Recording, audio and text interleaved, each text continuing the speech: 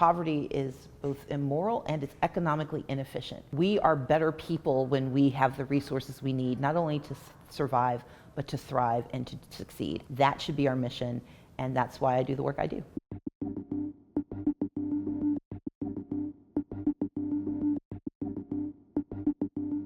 We have seen, at least on the Democratic side, that more candidates are talking about how to fight poverty, how to solve it, concepts like universal basic income or a federal jobs guarantee. What's your take of what the conversation is right now? I think that it's exciting that we're having public conversations of how to tackle poverty. But I also want us to remember the fundamentals. The best ways to defeat poverty are to ensure access to high quality education, not K through 12, but 0 to 3 high quality childcare and early learning, and then pre-K through 12, and then access to college or to technical degrees. That's one of the best ways to break the cycle of poverty. Number 2, it's about housing. We have to have conversations not simply about how we put more money into people's pockets, but where they go to sleep at night. Stability in housing changes everything. It means that you know where you're going to be the next morning. Kids can go to school regularly. It changes decisions. We have to talk about transit and transportation. If you can't get to where you need to be, if you can't get to where the jobs are, poverty becomes permanent. And we have to talk about the food stamp cuts that are happening, the SNAP cuts, the fact that our social welfare system is not a giveaway. Most people who get something from that system paid into that system. And we have to stop waiting for a miracle solution and actually fix the fundamentals.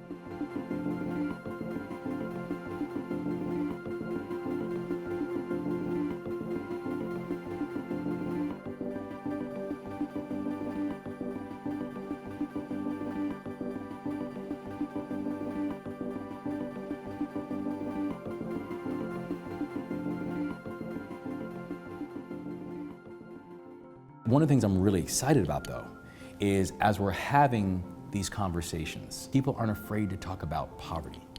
They're not afraid to talk about inequality. They're not afraid to talk about wealth gap. They're not afraid to talk about race.